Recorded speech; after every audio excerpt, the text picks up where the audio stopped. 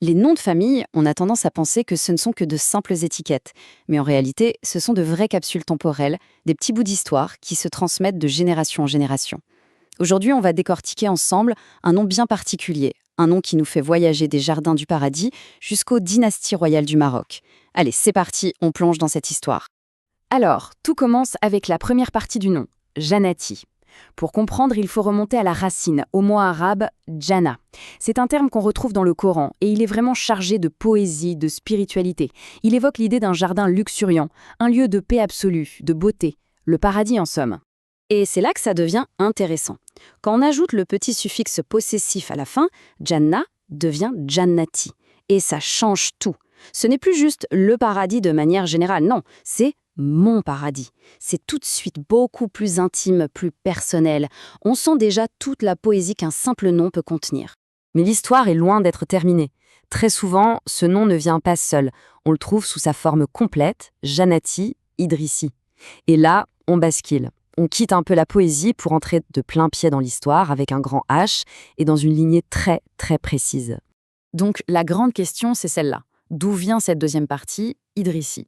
Ce n'est pas juste un ajout pour faire joli, non, c'est en fait une clé. Une clé qui ouvre la porte sur un héritage vraiment prestigieux. Une histoire qui a des racines profondes dans la terre et la culture du Maroc. Alors, c'est quoi cette histoire? Le mot Idrissi nous amène directement à une notion fondamentale, celle de lignée chérifienne. Qu'est-ce que c'est? Eh bien, il s'agit d'une ascendance qui remonte directement au prophète Mahomet.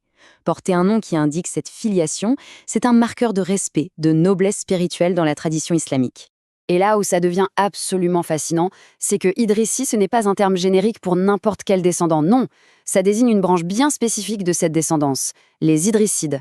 Et les Idrissides, ce ne sont rien de moins que les fondateurs du tout premier État musulman indépendant au Maroc. On touche au cœur même de l'histoire marocaine. D'accord, mais alors, comment on passe des Idrissides au nom Janati Idrissi? Le parcours est assez clair. On part d'Idriss II, celui qui a notamment bâti la ville de Fès. La lignée se poursuit à travers l'un de ses fils, Omar, puis, des siècles plus tard, on arrive à un descendant marquant, un certain Sidi Mohamed Ben Louarsen.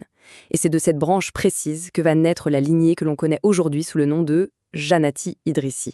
C'est un véritable arbre généalogique résumé en un seul nom.